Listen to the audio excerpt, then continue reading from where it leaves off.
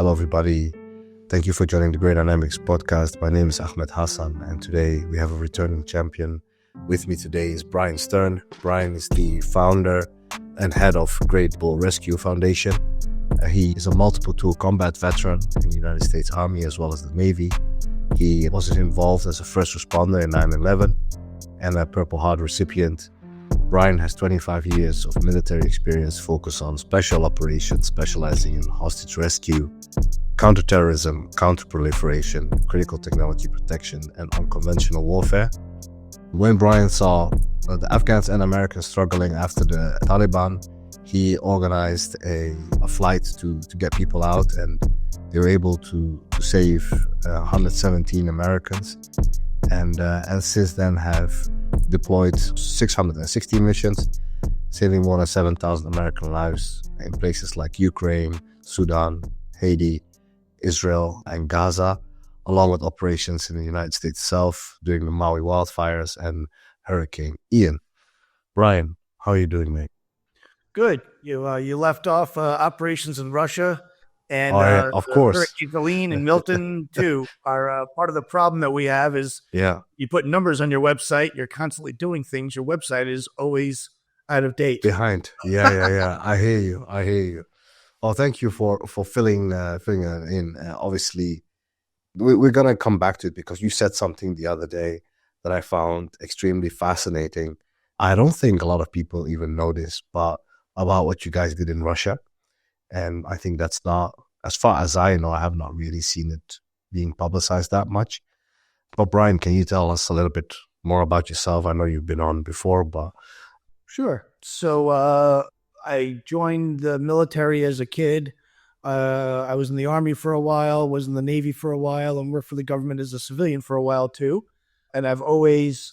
I'm an intelligence officer by trade, so I'm not a Navy SEAL. I am not a Green Beret. I'm not a retired CIA assassin that the Pakistani Times reported one time. I'm none of those things. I've never even been to Buds. I didn't break my leg and then find my way. I'm a very proud career intelligence officer, and I always specialized. I specialized mostly in counterintelligence, but beyond that, I always focused on things that were weird or different, or things that other people didn't want to do or didn't think were important at the time that were of interest to me. So I did a bunch of stuff in Afghanistan. I did Iraq too. I did all those other things. But the reality is I've worked in like 70 something countries. And frankly, Afghanistan is the easiest place I've ever worked, because if during the war, if you get in trouble and you push a button, F-16s show up, or Marines show up, or whatever shows up, there's help. If you get shot, you can get medevaced out, and you have QRF that can come in and back you up, and all kinds of things. That's a much different format, tactically speaking, than other places, right? So I've worked in a lot of places. I was on the SEAL team for a long time. I kind of bounced between the dark side of special operations and the dark side of intelligence. I kind of bounced between both worlds, and they're uniquely similar. From an authorities perspective, and from an authorities and a priorities perspective, I've always kind of worked on high level stuff. Very cool. And that experience, how did that lead you to do what you do right now? Two big things. One is when you join the military, any country's military, but in particular the United States, we take an oath, and that oath is to the people, and it doesn't have an expiration date on it. It doesn't. Most veterans go through this transition process of when they kind of, literally they hang up their uniform. They wear their uniform for the last time, and now they're out in the civilian world trying to figure it out. The reality is, when I was in the military, I never wore a uniform anyway. So I don't even have a wardrobe change. Yeah. And the other part of it is my specialty has been doing things in places without a lot of help. Doing operations without a lot of help. I'm an okay intelligence collector from a human perspective. I'm okay. I can hold my own. I've done my bit and done my thing. But what really gets me going is doing ops.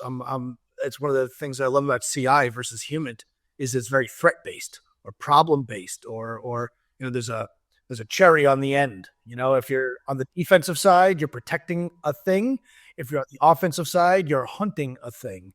It's still very much, there's a noun in opposed to, dating dudes, which is like, you like I've never heard it explained as dating dudes, but dating it's dudes. interesting. That's it. Then, oh, you like baseball? I like baseball. No kidding. Let us be friends. Tell me the nuclear codes. I'm gonna remember that one. Dating dudes. Yeah, that's interesting. So I've always been threat based. I've always done things that were hard. I've always done things unsupported. I've always, I was never embassy based. I never did that. I never had that experience. And can you explain what that means? Amnesty based. Yeah. So in the intel world, many people are embassy based. They work out of an embassy, either overtly or not, and they're very much tied to the government. They go to work at the embassy or an embassy facility every single day, and they are government, and they have all the resources thereof. So if things go sideways, you can run to the embassy. You have a way, very often. There's an official cover. You're either, or even not, even not cover. Just there are overt human collectors out there, overt intelligence officers out there. As per the Vienna conventions, every single defense attaché is an overt intelligence collector of every single country. So if you're the defense attaché of China stationed in Washington, D.C., it's understood that you're collecting intelligence, and that's okay. That's part of the deal. So, not everything is spooky, but the reality is when you're embassy based, often you're on a black passport. You're on the diplomatic immunity list. You have protections. If things go wrong, you're arrested as a United States government employee, and all those other things. I never had that experience, and I always looked at those guys kind of with awe. I have really good friends of mine that had epic careers that were embassy based, with clearly their fingers are tied to the government, either under official cover or not. And I would say my hat's off to those guys, because it's really hard to do it not embassy based. I can't even imagine getting some of this stuff done with, I'm from the United States government, please be my friend. Yeah. I've always looked at, those guys are, the good ones are extremely talented, and the bad ones get played and hustled all the time, because that's what happens when you're a bad intelligence officer. CI guys have job security because of all the silly things that human guys do. Yeah, that's true. All right, and so you said like your transition was not really a transition; you just continued on what you were kind of doing.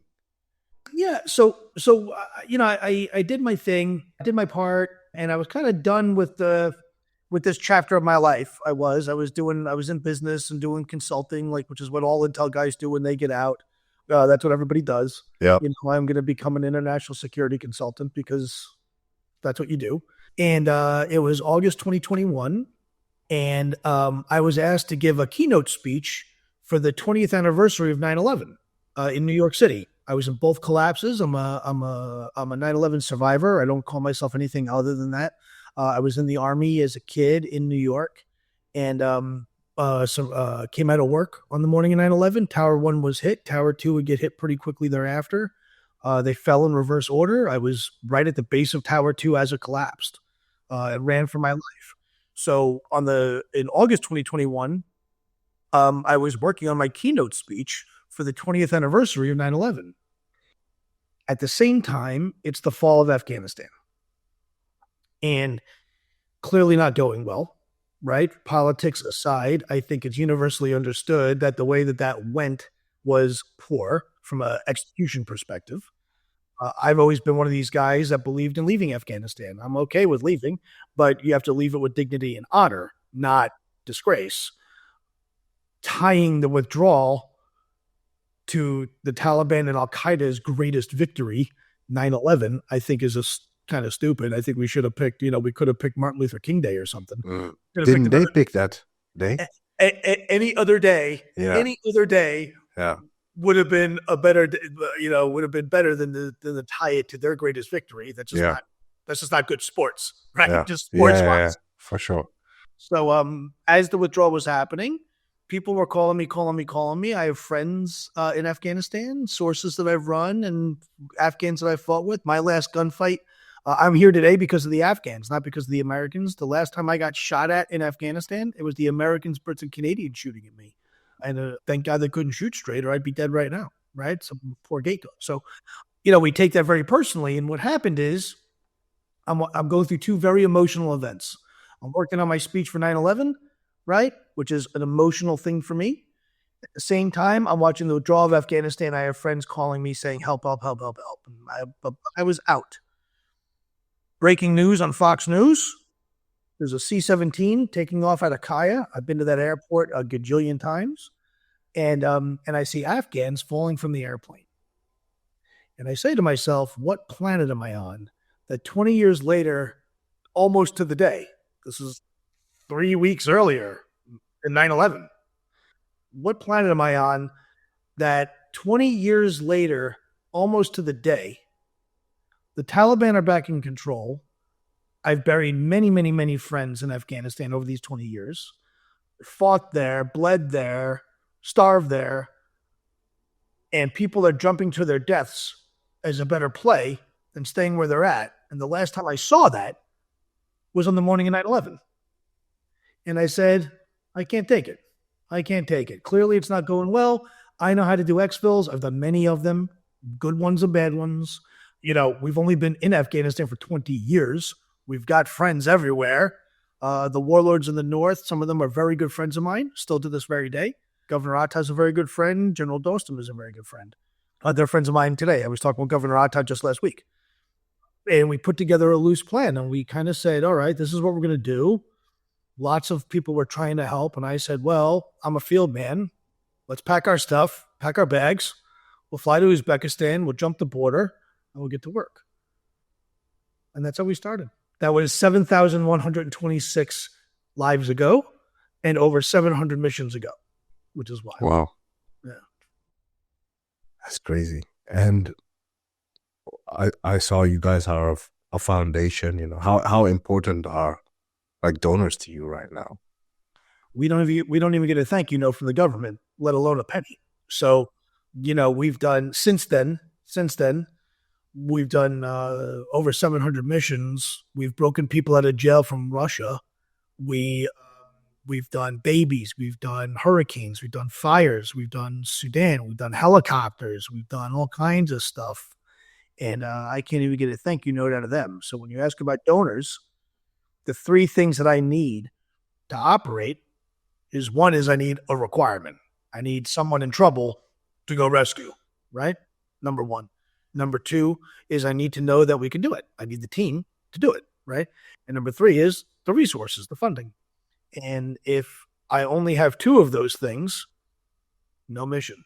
So it goes the other way too. I could have the most amazing team in the world and $1 billion in the bank, but if there's no mission, if there's no requirement, there's no mission. So it's all three of those things need to be green.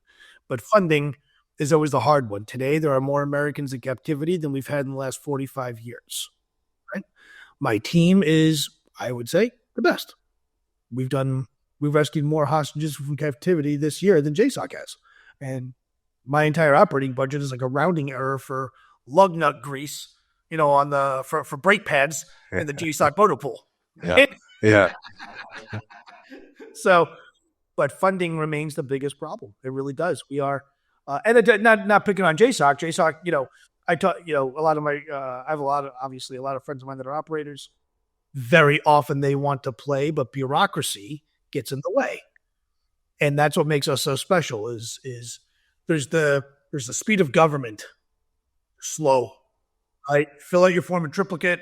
The blue copy goes there. The red copy goes there, right? Or you're a special operations element, an SMU or otherwise, and you want to go do something, right? You think you can do it.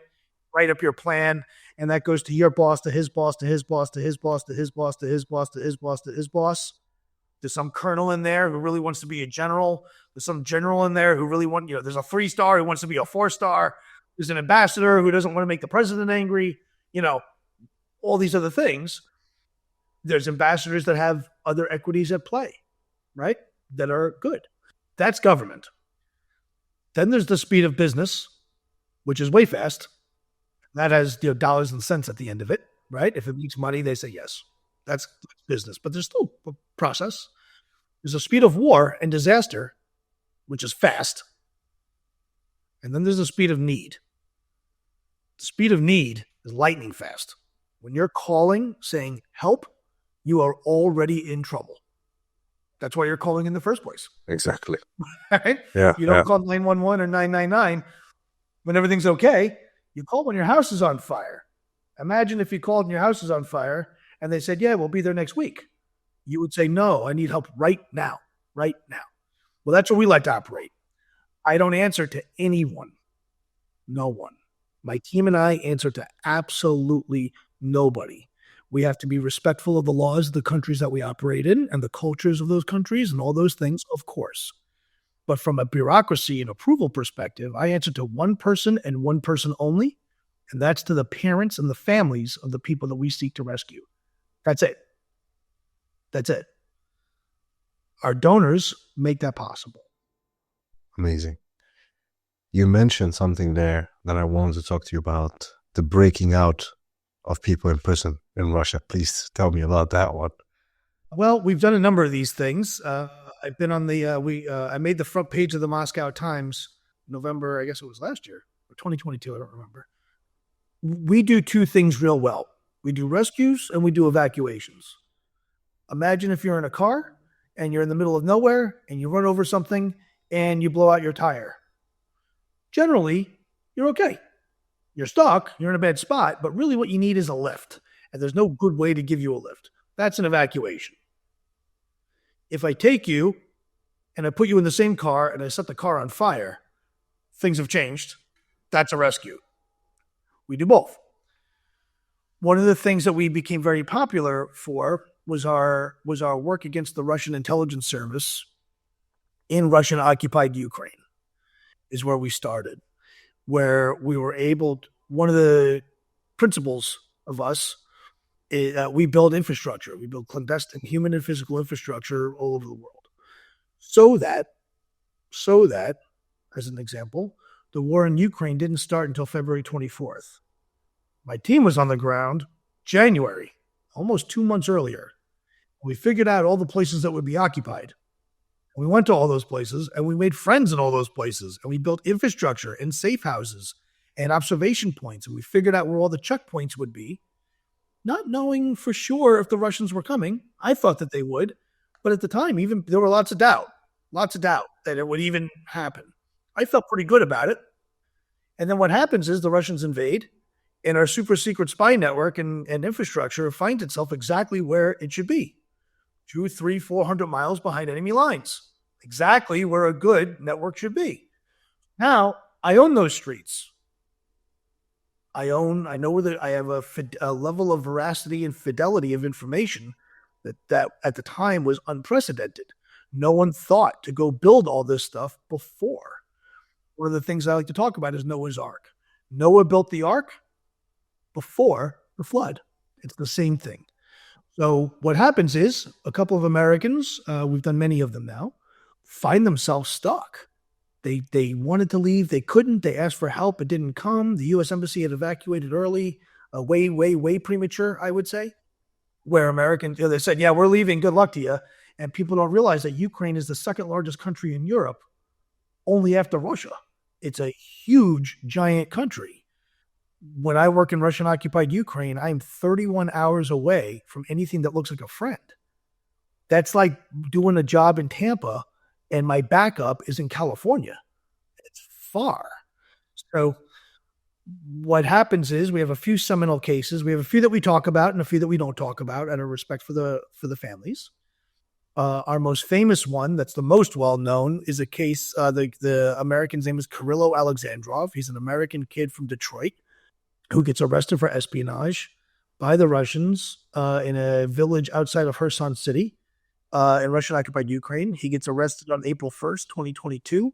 He's tortured pretty much every single day. He's charged with 11 counts of espionage, arrested by the FSB, tortured for 37 days, unlawfully detained, the whole everything you would imagine, mock executions, beatings, psychological torture, poisoning his food, all kinds of things.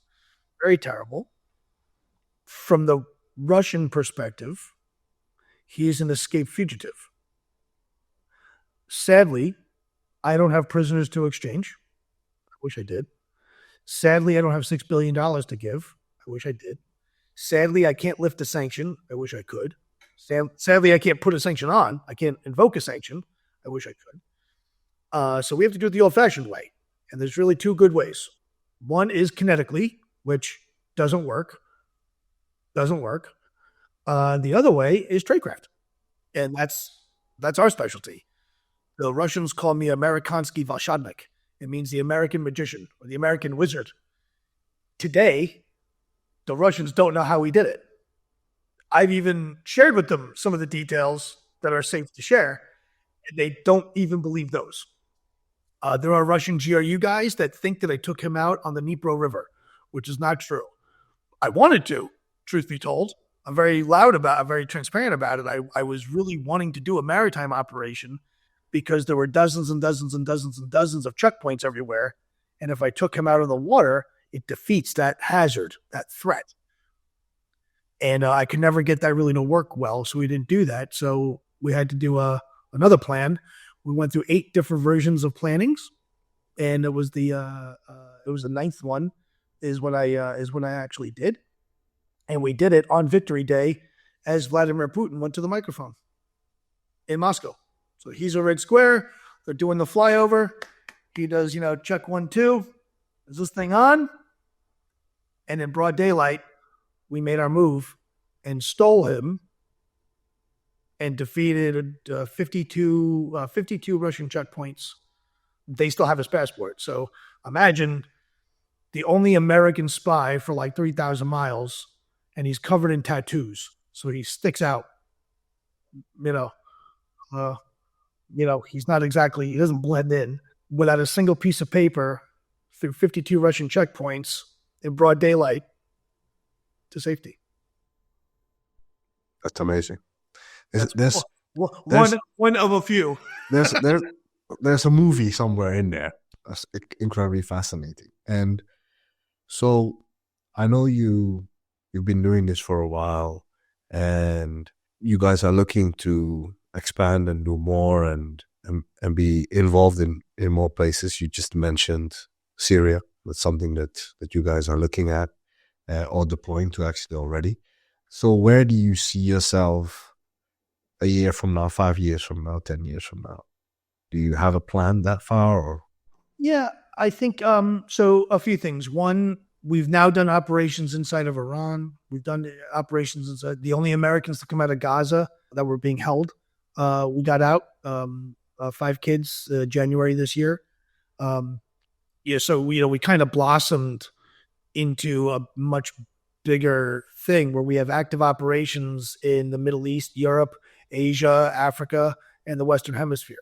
So I don't see the world becoming any safer anytime soon. I get that a lot of people think that with President Trump coming in, that the world will be safer. I think there's some truth to that, but it's not like the bad guys are going to go find Jesus anytime soon. Probably not, right? It's the way the world is. And with this much global conflict, that's also so interconnected. As we're seeing in Syria, the impact of the war in Ukraine, the impact of the Israeli-Hezbollah war and the Israeli-Hamas war, as it relates to Iran, has had second, third order effects on a tyrannical regime in Syria, to the extent that a bunch of, relatively small forces took over an entire country very quickly that, frankly, we've been working on for years and years and years, right? So my point is that the interconnectivity of all these problems and all these threats is very, very, very real. And that's not changing anytime soon. In fact, I see that increasing. So because of that, I think that our demands, so that's the threat picture. The blue forces picture is military recruiting is low. The intelligence community is atrophied significantly. Federal law enforcement in America is a mess. Your average agent is good. Your average case officer is good. Your average SEAL or special forces guy or whatever, they're all good folks. But as organizations, the institutions are significantly compromised, both from a CI perspective, but also just from a readiness and an operational perspective. And that's going to take time to fix. If you go to the farm today, you don't fly on your own really for 5 years. So that means if you always wanted to be CIA, but you didn't want to do it under President Biden, and now that President Trump is here, you're like, oh, wow, it's great. You'll be on the street by yourself 1 year after he's out of office. It takes time to do this stuff. It takes time to build a book of business. It takes time to build a Rolodex. It takes time to get good. It takes time to sharpen those skills and learn those skills and become good at those skills. So this is not a light switch thing. So because of that, so that's the good guy picture. So you got the bad guy picture, the good guy picture. At the same time, President Trump has been very, very vocal about no new wars. So you have bad guys and lots of them. You have good guys and lots of them, but we need to fix some things, or we have to get the house in order. So that's a problem. And the stomach of the American people is not there to put U.S. troops in harm's way at this time, unless there's another 9/11 or some crazy thing, which I think is possible and in fact probable. But for that, I think that the American people are just kind of not into that. So if you're an American stuck overseas, what do? Well, you call Grable Rescue. The problem is the donor piece. So we're launching a for-profit Grable to subsidize the foundation. So lots of companies have overseas equities. There's all these crisis companies out there, International SOS and Crisis 24 and Global Guardian, and they're all great companies. They all do good work. But in all those contracts, there are force majeures. There's kick-out clauses that say words like acts of war or acts of God. Yeah. Well, generally speaking, that's when you need the most. Yeah. So our entire value proposition is I can do everything that they do. Most of what they do, I can do from my iPhone. I don't really, getting a medevac bird at some crappy country like Guatemala, I could do that on my phone. I don't need any real talent to do that, so to speak. But getting a plane into Damascus this week, where the government has collapsed, the airport is closed, there is no civil aviation authority, who knows what could be? Well, that's exactly what we've done in Sudan and Haiti and Israel and lots of other places. So Afghanistan, take your pick. So I think that there's a real need for that. And a lot of these other companies, frankly, that's not their jam. So where they stop is where I first get excited. If you can run a marathon, running around the block is no big deal. That's kind of the thing. We're going to launch for-profit Grable, and we're getting asked by lots of companies.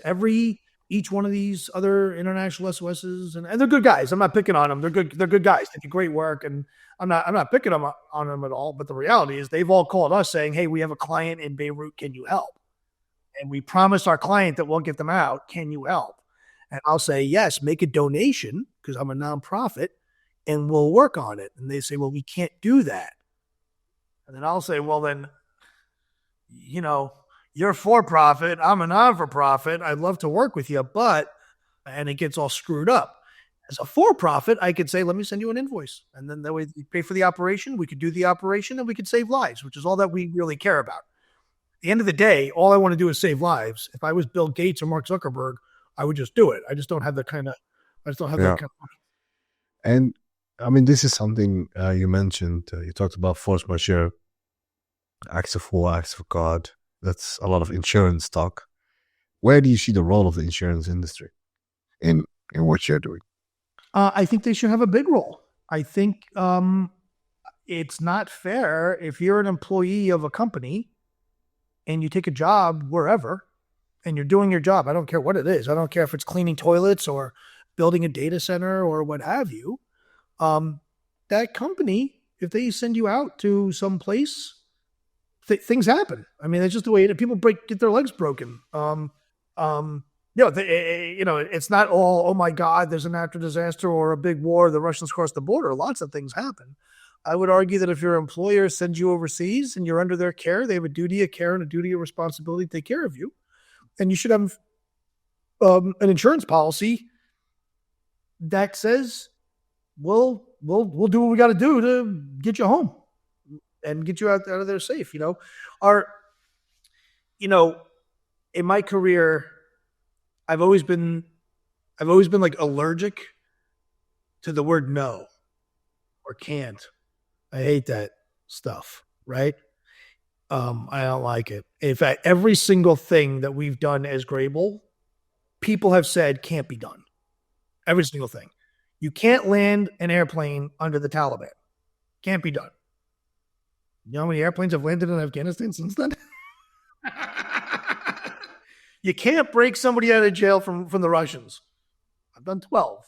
Yeah. One of them was a twofer.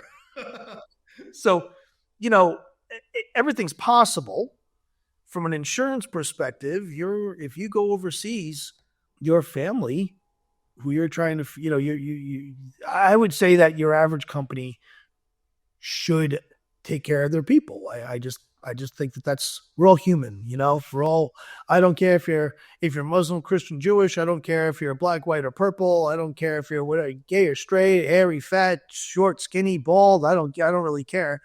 We all got mothers out there. We all got fathers out there. We all got kids out there. We all got wives and boyfriends and girlfriends and whatever it is. And if bad guys or Mother Nature wants to mess with that, and you are able to be saved, well, then you should be. You should be. Clausewitz says that war is nothing more than an extension of politics. It's politics by other means. What Clausewitz said. But that's fine. Armies fight, terrorists kill people, Mother Nature does her thing, whatever it is. The people that pay, and Plato said, nobody desires peace more than a soldier because he pays the highest price in combat. Plato was wrong. Plato was dead wrong. The people that pay the most are the innocent civilians stuck in the middle of it. If Al-Qaeda wants to fight the U.S. Army and the U.S. Army wants to go fight Daesh and, whatever, armies fight. That's why they're called the Army. That's what armies do. That's why we learn how to shoot guns. Because it's not because it's fun. It's because that's part of the deal. That's the nature of the world. There's always been war. There's always been conflict. But innocent people, if you're a janitor, if you're a janitor contracted by some company on some obscure army base somewhere in Syria right now, and the situation in Syria is very complicated and very volatile, and the Department of Defense says, we are out of here. We're sending in one C-17 and we got enough just for the soldiers. And you're the guy that cleans toilets. You should have a way out. You should. And if they're not going to take you, okay. But it should not be, well, DOD won't take you, so good luck to you. That's the wrong answer. You're just doing your job cleaning toilets. Trying to do the right thing, trying to help people out and make sure that people have clean toilets. They don't deserve to get left behind. It's, we deal a lot with green card holders, with the LPRs, lawful permanent residents. And people always make fun of me because I treat an LPR just like an American citizen. I don't distinguish between the two. And people always push back. A lot of veterans will push back on that. Like, well, they're not Americans. They're immigrants with green cards. Well, from my perspective, you can come to America illegally, which is a major problem in America, right? Or you could take the time to respect the country and respect the laws and do the paperwork and go through the pain. And it's annoying. It's not intuitive. It's incredibly frustrating. Costly. For the person, it's costly. Yeah. It goes to government a penny for the family. Mm-hmm. Go through all the machinations to finally do it the right way. The right way. Out of respect for the United States of America and the people of the United States of America and the laws of the United States of America. Your payment and reward for that should not be we leave you behind. Why then would I be incentivized to fill out the paperwork? I'll just come here illegally and make it easy, right? So I treat LPRs identical. I don't distinguish between the two. If you have a green card, I talk to you. I think about you as if you're me, because you took the time to respect the country that I love and that I was blessed to be born in. If you took the time to respect the country that well, we should take care of you. It should be. Yeah, that's what we should do. Absolutely. What I find interesting also is that, because we are in this business ourselves, there is this, I felt a greater push and a greater pivot towards private sector or organizations like yours to do things where government ends.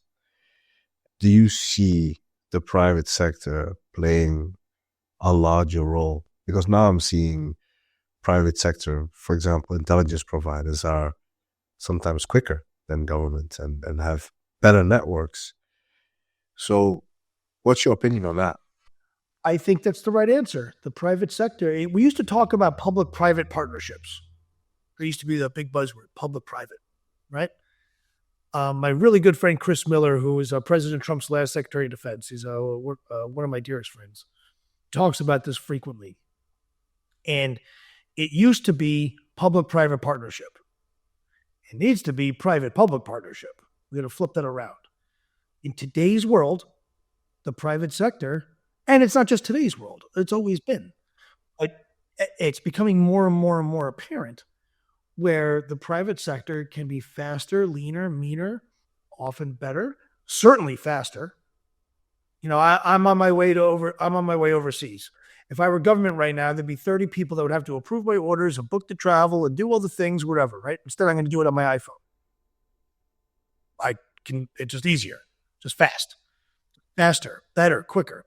I do think that there's risk in, I think care and caution must be taken where the government maintains appropriate oversight, make sure that we're not getting over the tips of our skis and things like that. I have no problem with that.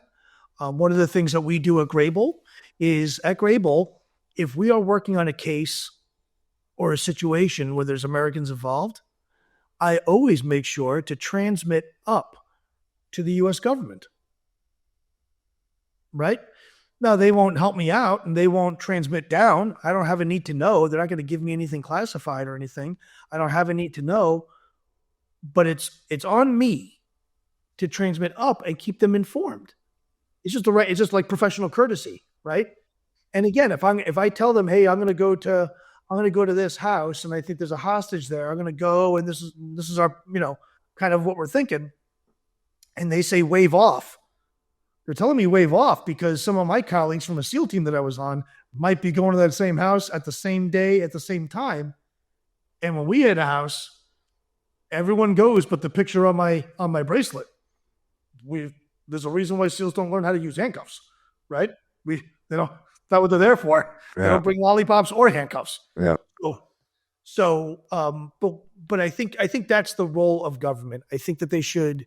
It's their job to represent the interests of the United States of America and the people, and they should not be afraid or intimidated by the private sector, because the reality is we're going to do what we're going to do anyway, with them or without them. What we find is that dynamic is ugly. It is very complicated. My biggest frustrations over these last few years have largely been with the government. And at the individual level, it's great. But I can't tell you how many conversations I've had with folks from state and the intel community and law enforcement, DOD, where, hey, Bryan, this is off the record conversation. We love what you do. Thank you. I'm retiring. I'm getting out in 2 years. I want to come work for you. Let me tell you some private stuff, some things that, this conversation never happened.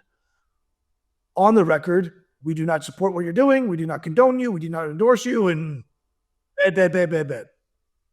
To me, that's so stupid. To me, that's so silly.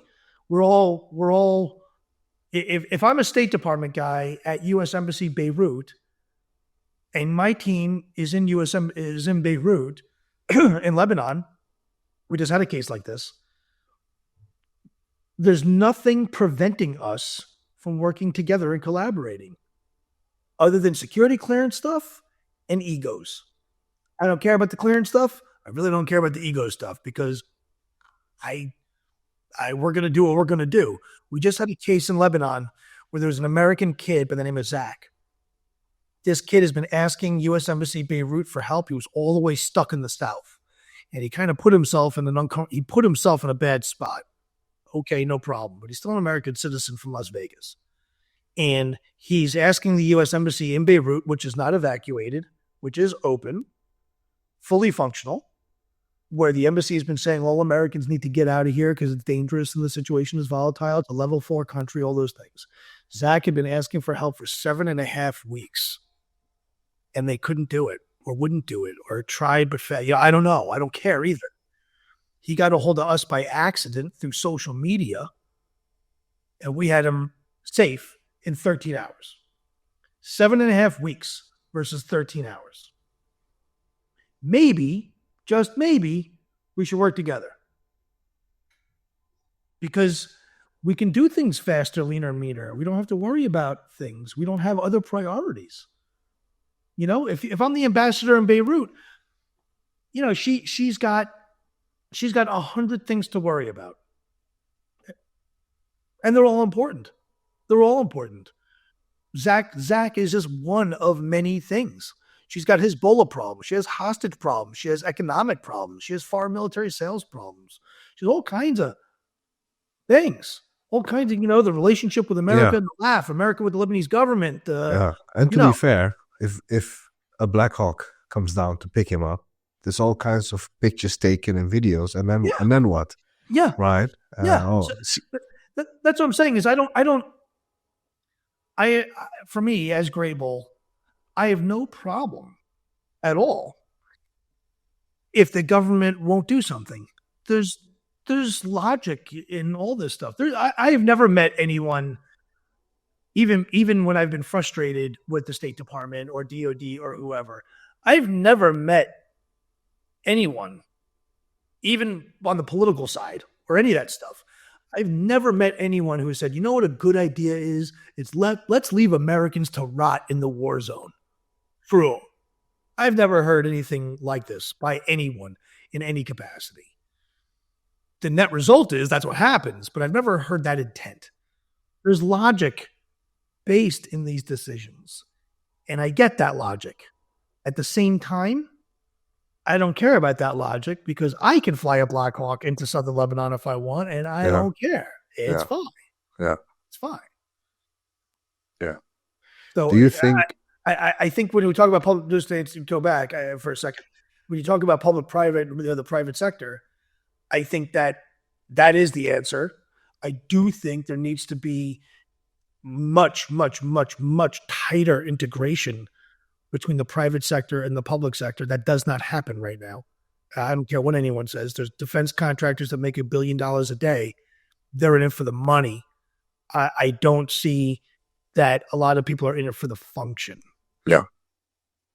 Do you think, I don't want to make, and I never tried to, but never tried to make this podcast political. But do you think, just purely due to the nature of President Trump being much more transactional and more pro-business solutions, do you think that during his time in government, we will see more of that? I do. Look at who he's picking. Yeah, and again, we're not political either. I think that we'll see more opportunities for the private sector. He's going to need to do what needs to be done, and he campaigned on no new wars. At the end of the day, things still need to happen. So that's either covert action under Title 50 authorities using agency, but they're a mess right now, pretty much, depending on where in agency, but there's lots of places that are really, really dysfunctional. And therefore, that leaves the private sector. And I think the private sector is a cheaper option, a better option, a way less political, from a political risk perspective, right? If a company does something stupid, it's the company's fault. If the government does something bad, it's the president's fault, right? So there's a non-attributional piece to the private sector that I think is beneficial for President Trump, in particular as it relates to many of these issues in many of these places. I can go by an airport in Guangzhou, China right now. I can do that. Piece of cake, right? I got a money problem, but as a business, as a civilian, I can go do what I want to do. The CIA wanted to go buy an airport in Guangzhou, China right now. Not so easy. Not so easy. Not so easy. Fair. They've got more money than me. They've got better people than me. They've got companies and commercial ops. They got all kinds of stuff. But bottom line is to get something accomplished is harder. Yeah. So I think President Trump is going to look to the private sector as a guy who, and I just his way. Number one, number two, I think from an enemy and a threat perspective. Again, not being political, but I can tell you what my sources are telling me. When he won the election, every bad guy I know was not happy, right? Everyone was kind of like, oh, now what are we going to do?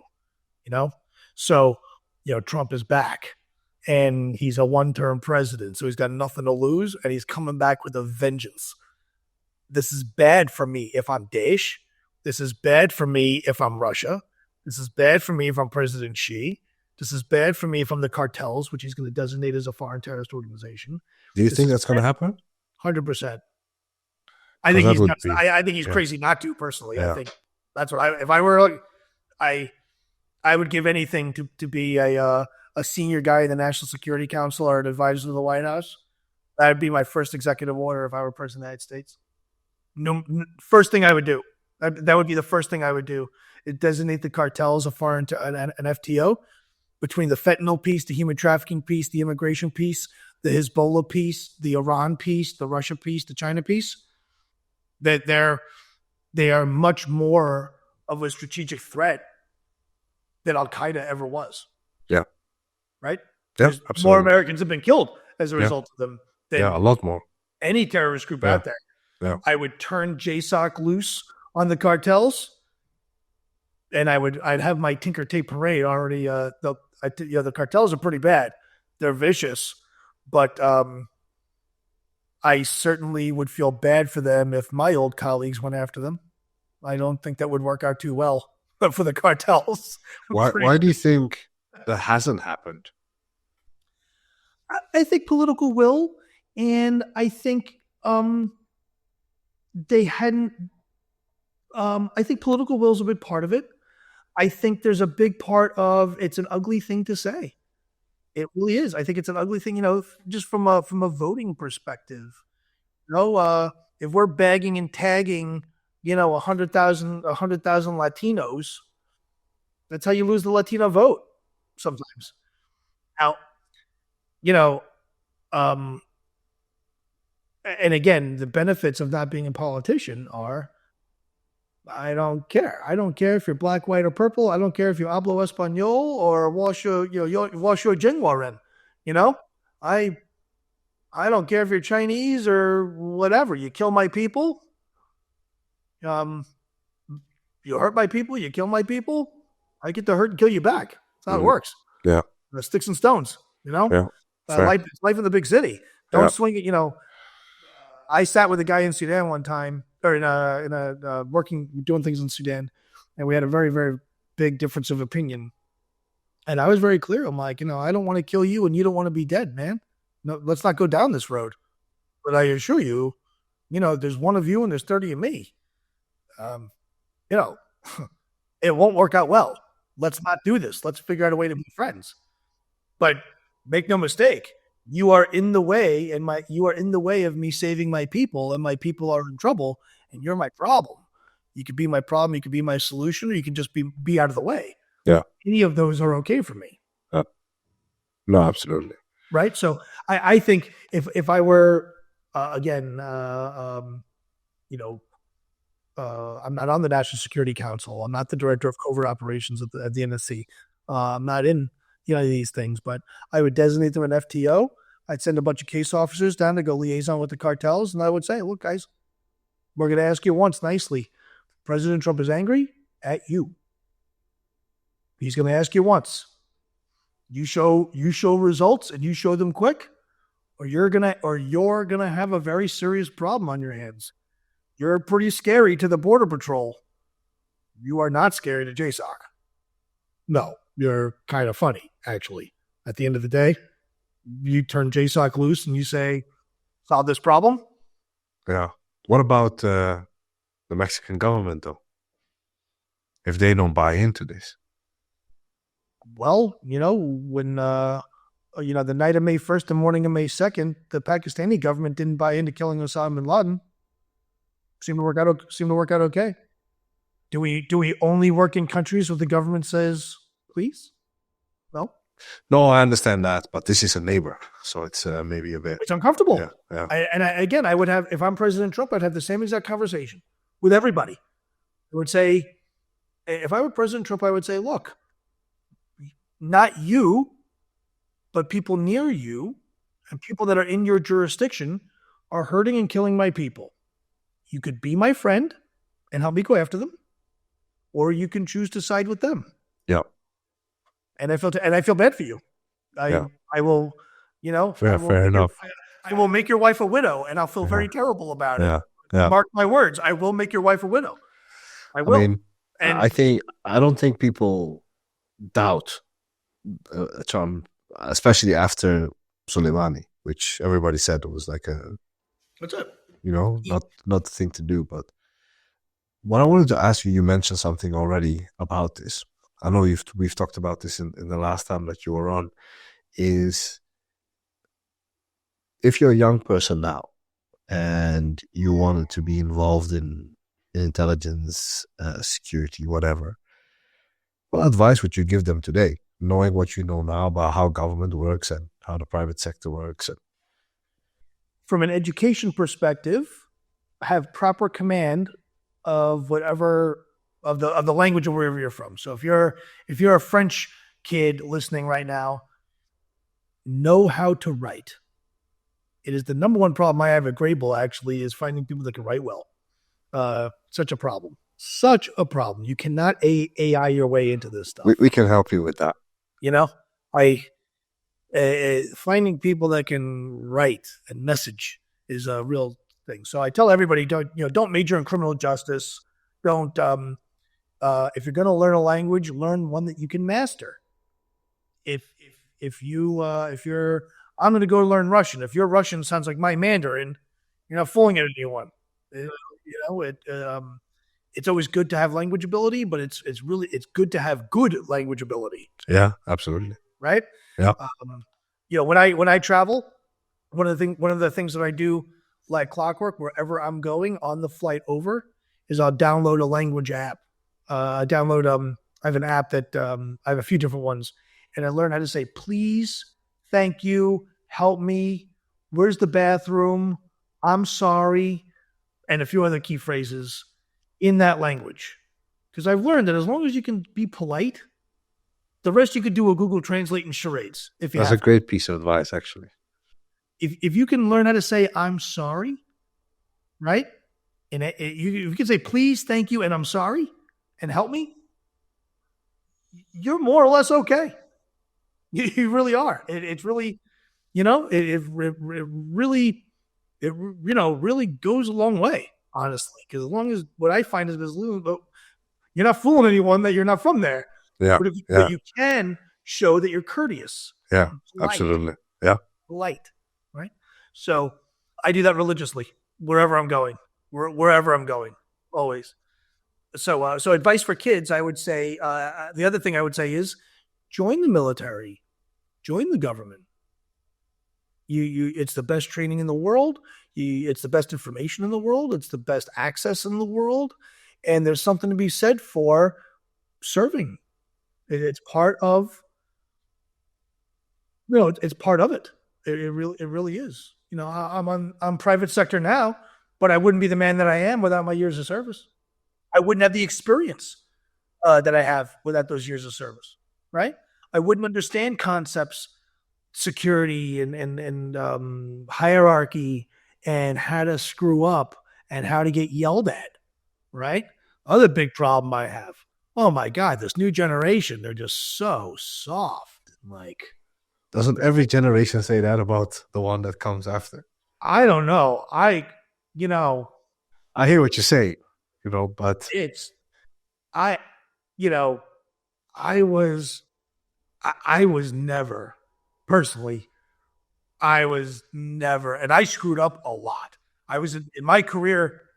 It's one of the reasons why I can't run for office is because they come out of the woodwork, yeah, right? I've been in a perpetual state of in trouble, recently out of trouble, on my way into trouble, in trouble, and like that, like a circle, yeah, my whole yeah, career, right? I've been yelled at a lot for things that were my fault and for things that were not my fault and everything in the middle. I've had bad bosses. I've had good bosses. I've had a kind of all over the place kind of career. Holy cow. I cannot tell you how many grown men who, where when I was their age, I was a turret gunner trying to stay alive, and grown men weeping with snot bubbles of, I can't believe you talked to me that way. I'm like, we're dealing with his bull over here, bro. I'm like, toughen up, Buttercup. You think they're I mean, So come on. So basically, you are the toxic masculinity, what they talk about. And I'm a pretty sensitive guy, I think. I like chick flicks. I'm just messing with you. But I hear what you're saying. I think I will say this a little bit in defense of this, and I'm fairly young still, but I will say to the younger generations, they are probably the most thoughtful and kindest generation, that I have seen. On the other hand, I think there's something to be said about resilience and being able to deal with things, even though that's not something the way you would do it, right? So I wouldn't yell at somebody because it's not in my nature to yell at people. But if I'm yelled at, I know how to take that. And I know how to,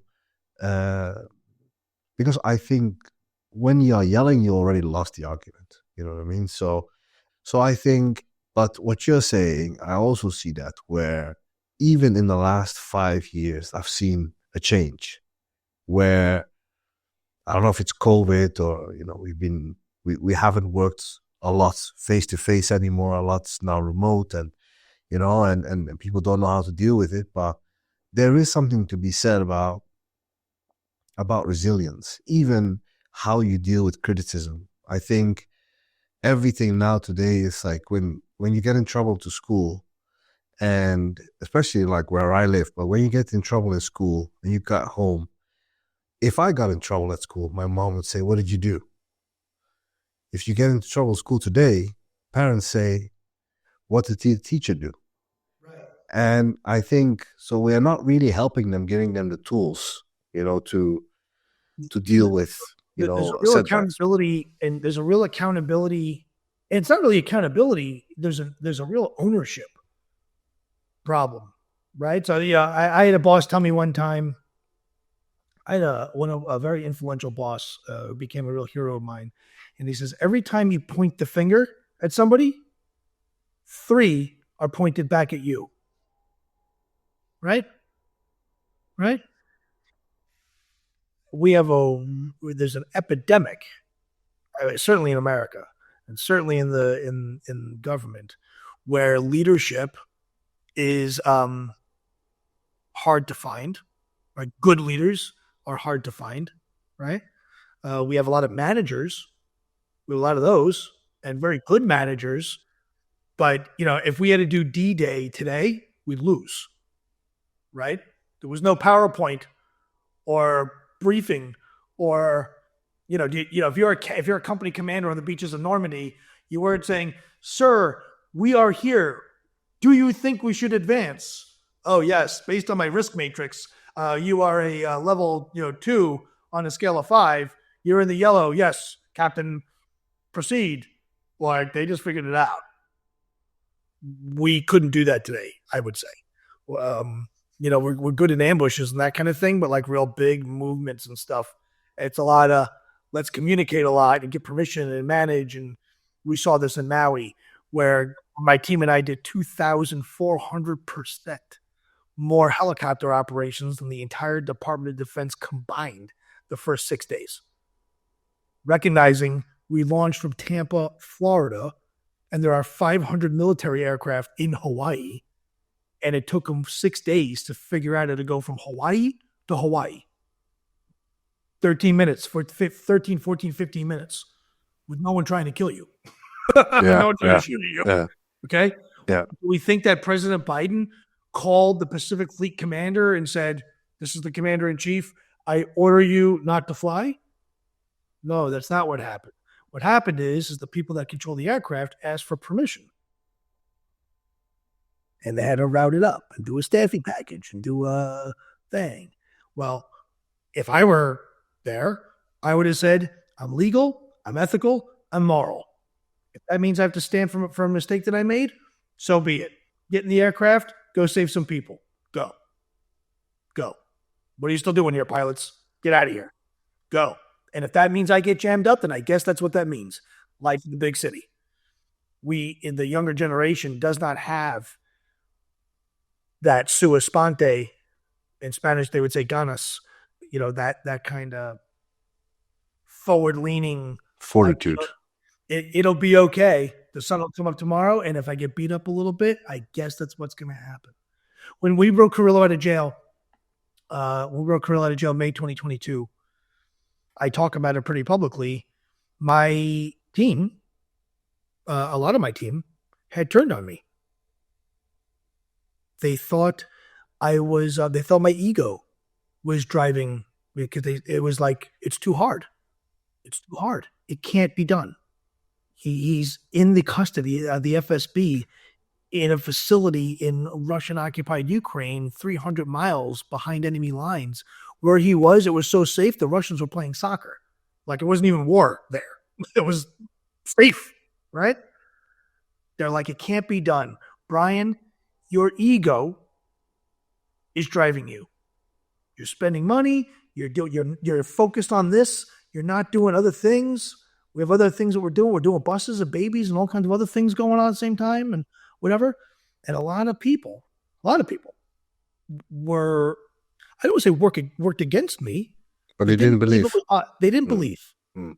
And my response to all of them is, number one, you're wrong. Number two, there are only 3 possible outcomes. They're going to kill me, they're going to kill him, or I'll get him out alive. That's it. One of those 3 things are going to happen on a continuum. And that's it. Those are the only possible variations of the end of this quadratic equation is this. And if you're not with that program, that's okay. And I'm going to get to say, I told you so. And that's exactly what happened. One of my dearest friends who was with me on the operation, he was a groomsman in my wedding. One of my dearest friends. He was on the first deployment we ever did. He's been with me. We've been all over the world together. Hundreds of days in the field together, side by side, sharing a foxhole. Hundreds and hundreds and hundreds of days. You don't see him in a lot of the pictures and movies because he doesn't like his picture right there. But true, went to Afghanistan with me in December 2021. Did all kinds of stuff. Ukraine with me, Afghanistan with me, Sudan with me, Israel with me, Gaza, all over the place. He and I fought like husband and wife so bad during the Carrillo operation, we had stopped talking to each other. Because he was like, brother, I love you. I respect you. You got to lose sometime. You got to lose. And I said, I'm sure I do. But this ain't going to be the one, man. This is going to work. So that is complete. And he's a guy with gray hair like me. A younger generation guy would be like, sir, this is it's impossible. Like, it just can't be, whatever. And my response to those kinds of folks is always like, yeah, everything I do is hard. That's why it's fun. That's the game. If it was easy, we wouldn't be here. Everything, every single operation of this over 700 missions that we've done all over the world, every single one, without exception, started off with, this is hard and it can't be done. Every single one. That's the nature of it. Yeah. That's why it's fun. That's why I'm on a podcast. Yeah. If I was selling screwdrivers in a hardware store, would I be on your podcast? No, probably not. Probably not. Probably not. But no, I really appreciate your insights, and I think, it's the risk taking that really makes change, in my opinion. And I don't know if I was in your friends, your colleagues' shoes, if I would have said the same thing. I don't know. I cannot say that as an outsider. The only thing I know is the result, right? And he doesn't say it anymore. He doesn't say it anymore. It's only one time you need, right, to convince. But last question for you. Any recommendation on like cultural recommendations? What are you reading? What are you listening to? What are you watching? I like to read a lot of old stuff. If you're not a student of history, it's destined to repeat itself, right?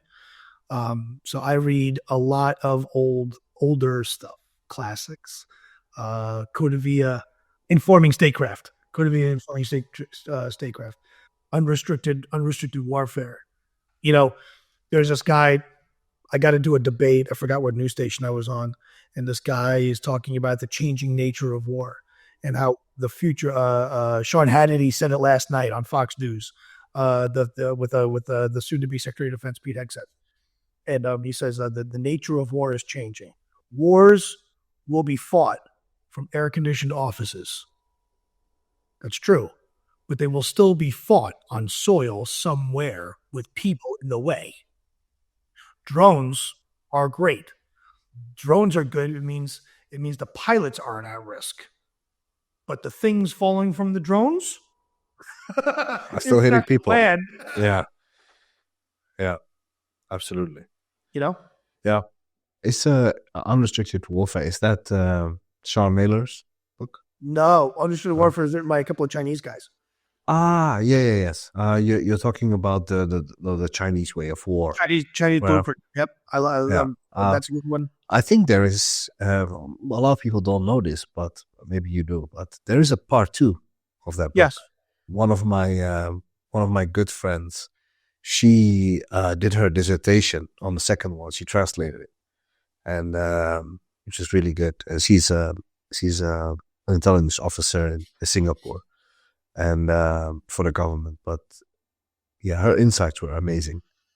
One of the most talented people I've ever met in my life. But no, it's really good. It's a good good insight into the Chinese way of warfare, which goes far beyond just kinetic and like economic and all this kind of stuff. Bryan, is there anything that you would want to like part us with? I mean, you're doing Great Bull Rescue. You're doing a lot of work. Is there anywhere people can find you or something like that? Yeah, I tell everyone, we're a nonprofit. So if you have the means, greatbullrescue.org is our website. Read about us, check us out, do your homework, make sure we're good, which we are, but just do your homework. Lots of scam nonprofits out there.